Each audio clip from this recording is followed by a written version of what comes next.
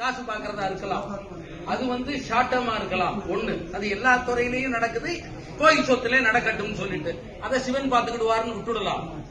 ரெண்டாவது காரணம் எதுவாக இருக்கும்னா, கும்பாபிஷேகம் நடக்கிறதுல பொதுமக்கள் யாரும் இங்க வரக்கூடாது, இந்த இடத்துல தடுப்பை போட்டுட்டு அங்க சேர வச்சுட்டு 3000 ரூபாய் 5000 ரூபாய் சொல்லி டிக்கெட் விட்டு இந்த இடத்தை வச்சு பணம் சம்பாதிக்கிறதா இருக்கலாம். இரண்டாவது நோக்கம்.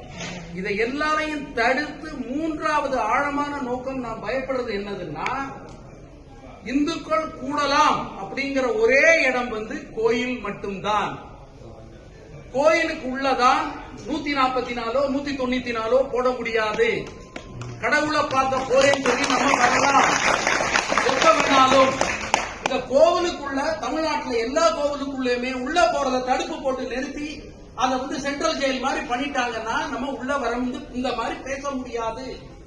அப்படி இருக்கும்போது எல்லா இடத்திலும் எப்ப வேணாலும் 144 போட்டு அவ்வளவு பேரை தூக்கலாம்.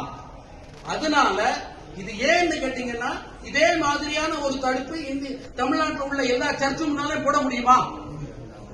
எல்லா பள்ளிவாசல் முன்னாலேயும் போட முடியுமா? ஆட்களை கியூல உள்ள பண்ண முடியுமா? அப்படி இருக்கும்போது இந்து கோவில் உள்ள வரதுக்கு மட்டும் ஏன் இது இப்ப திருச்செந்தூர்ல ஆரம்பிச்சிருக்கு, இது பூரா தமிழ்நாட்டிலே நடக்கும்.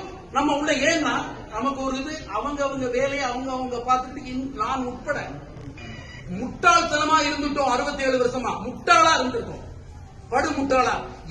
என்னுடைய குடும்பம், என் மனைவி, என்னுடைய குழந்தைகள், அவங்களுடைய படிப்பு வேலைன்னு ஒதுங்கிட்டோம். அந்த மாதிரி ஒதுங்கினதுனால நம்ம கூட வேண்டிய ஒரே இடம் 4 பேர் பேசணும்னா வீடுகளில் கூட போய் பேச மாட்டோம். ஏன்னா நமக்கு அவங்களுக்கு ஒரு ஈகோன்னு ஒண்ணு இருக்குது. அதனால ஆனால் கோவில்ங்கிற இடத்துலதான் இப்ப கூடி பேசுறதுக்காக ஒரு நினைப்பாவது வந்திருக்குது. அதுதான் சென்னிமலையிலையும் திருப்பங்குளத்திலையும் வந்த காரணமே.